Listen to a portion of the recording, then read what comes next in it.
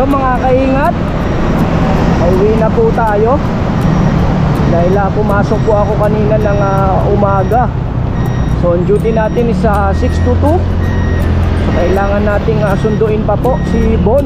Kasi out niya po is 3:10 sa school. Kaya diretso na po ako sa school. Medyo umaambon, sana wag nang tumuloy.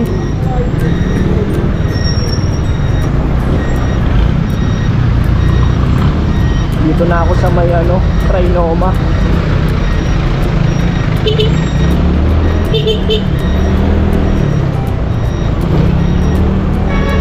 Trinoma. Tabi po nito mga kaingat SM. Ayan yung SM. Medyo makulimlim. Hindi pa rin tapos tong MRT7 mga kaingat papuntang Bulacan.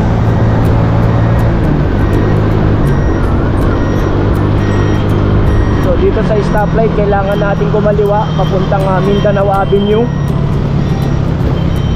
Dito tayo sa gilid lang kasi medyo stoplight. Dito nakakalusot yung sa gilid.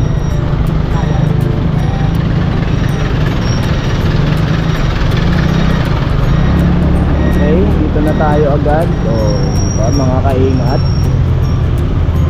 basta ingat lang sa pagmamaneho para iwas disgrasya.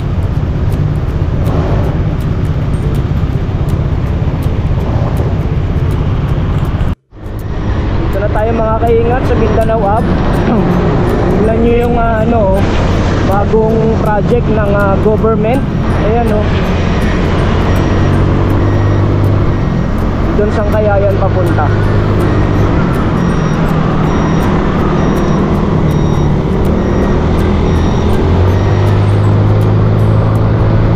Pagka ganitong oras mga kaingat umuwi, medyo hindi matraffic kasi lahat ng mga nagtatrabaho nasa office work pa sila.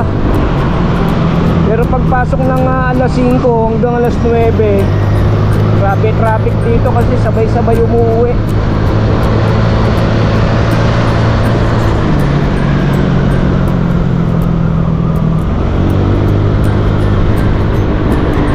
So mamaya mga kaingat, try natin pumunta kay naka-business. Pagsundo ko kay Bon at pag-uwi, medyo papalitan ko lang si Mary ng colostomy bag. Tapos punta tayo kay naka-business.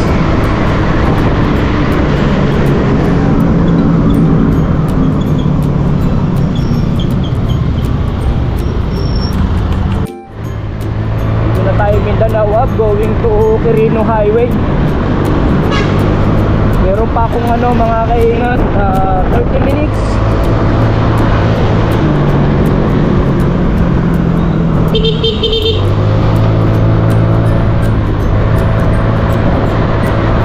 Traffic pa yata rito sa may palabas ng expressway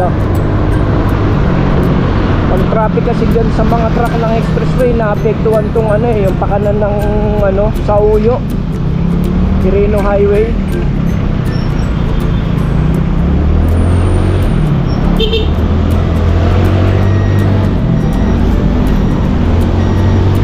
Yan mga kaingat traffic papuntang Mindanao Expressway yan. Exit ng North Expressway. Pero dito kasi tayo sa kanan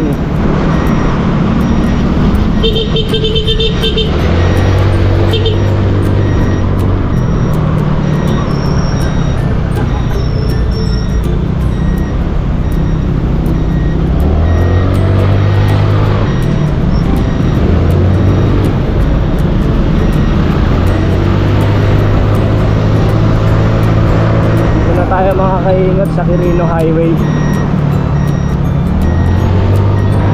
Wala pang traffic compare nyo sa kabila mga kaingat Pero pag uwian mamaya traffic dito.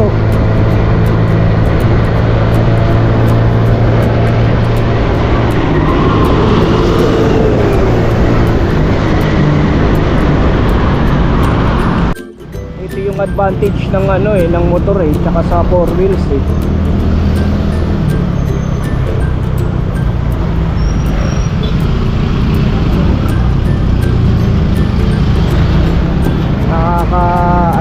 gilid.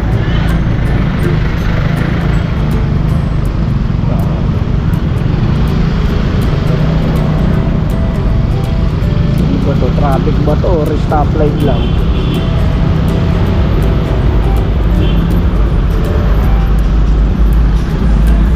Kaliwa na tayo dito mga kaingat. Traffic oh.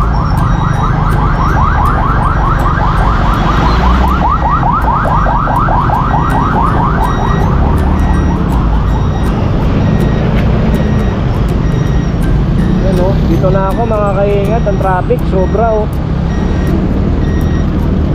Dito tayo, shortcut tayo. Hindi na tayo dadaan ng main road. Kasi mga kaingat, dadaanan nun SM Novaliches.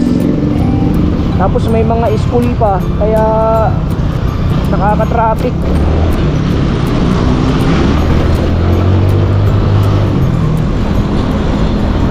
Dito tayo sa Holy Cross, labas na doon na sa malapit sa amin.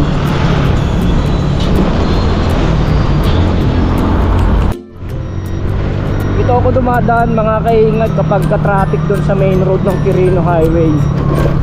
Ayan o, diba? Maglolooban talaga. Ito yung tinatawag na Northwind Subdivision. Tapos dito sa may sa may Millionaires. Tapos papasok ako sa loob. Then yun na, malapit na sa amin. Hindi na ako dumaan ng main road.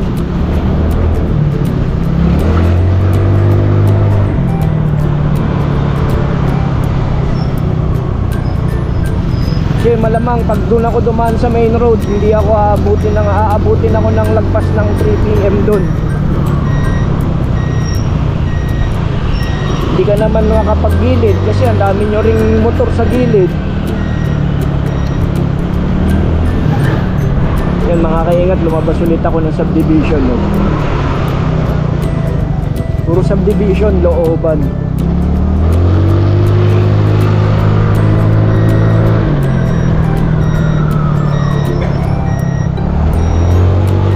Mga kaingat, walang traffic.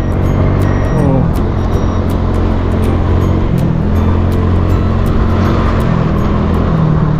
Kung doon ako dadaan sa main road, siguro estimate ko abutin ako ng 30 to 40 minutes. Pero dito siguro mga 15 minutes lang ang biyahe ko.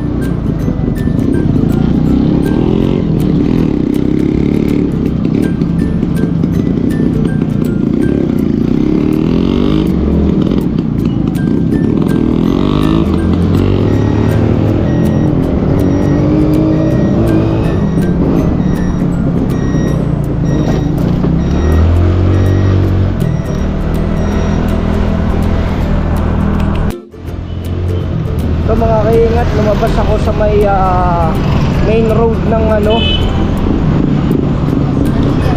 General Luis. Tapos kaliwa na tayo ulit dito sa subdivision. Nandun yung main road mga kaingat oh, yung palengke na yun oh.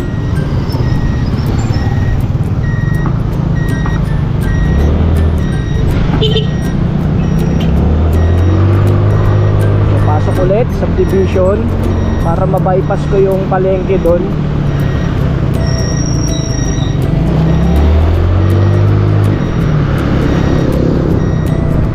Then lalabas ako dito doon sa kabilang gate nila sa may Bestlink College. Ayoko dyan, masyado maraming hams dito ako.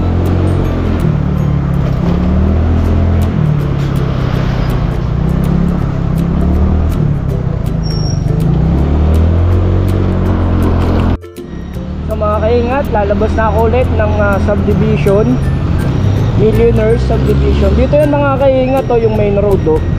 Yan. Doon ako manggagaling. Pero sa laki ng na shortcut ko na in advance ko ng oras, so dito na ako.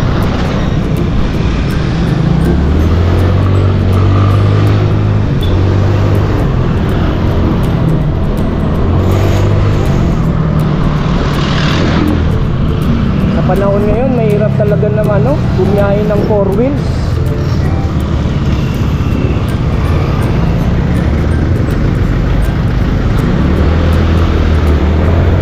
masyadong matraffic.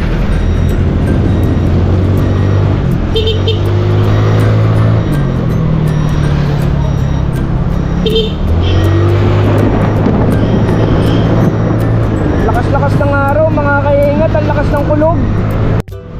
Sa mga kaingat, dyan kami umuwi sa nanay ko. Pero sunduin ko muna si Bon. Meron pa akong 10 minutes. Pagdating ko naman doon, wala pa doon yun sa sa gate nila. Kasi mga kaingat, pagka walang sundo ang nyo doon, yung mga anak, gano'n, or yung relatives, hindi basta-basta pinalalabas. Kailangan identify nung estudyante yung sumusundo sa kanya. Tsaka bawal mag-commute ang estudyante, hindi palalabasin. Requirements po yun, ipinapasa po yung mga sumusundo sa kanila. May ID po.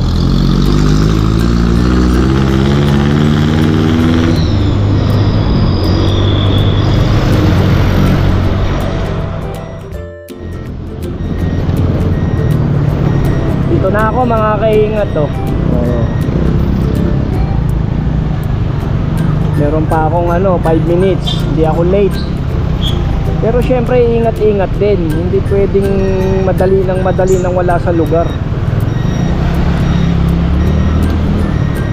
Tsaka dalawang helmet ko, hindi ako nagsasakay sa kanila ng walang helmet.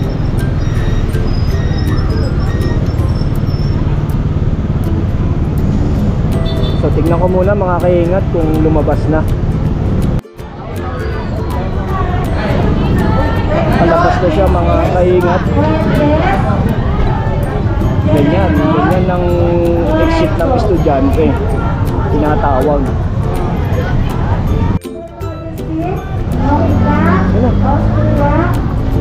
Hello ka muna sa mga kaingat. Hello po mga kaingat. Kamusta school? Okay lang.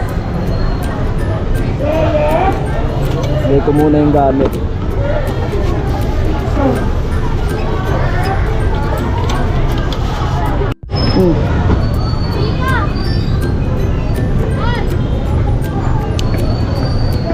Ano? So uwi na kami mga kaingat. Baka abutan pa kami ng ulan.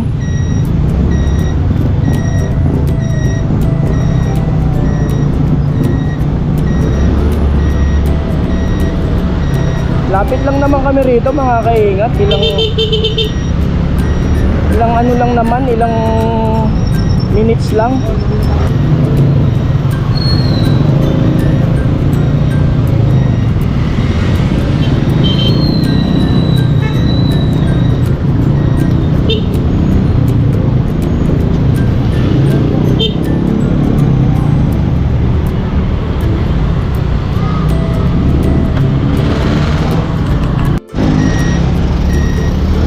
Tayo paangat.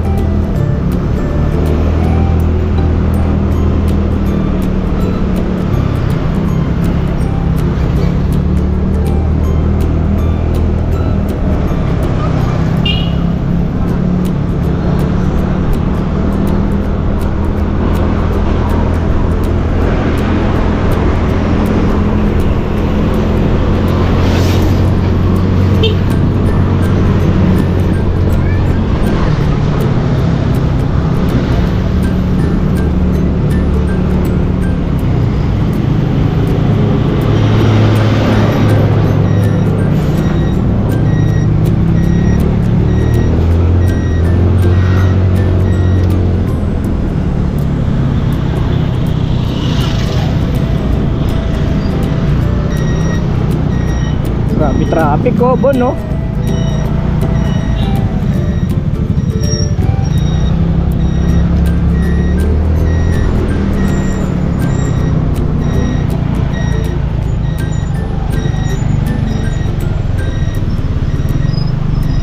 Grabe traffic kasi may school din doon mga kaingat eh. Ayan. Kaliwa ka, kanan na kami rito. Okay, bahay na kami.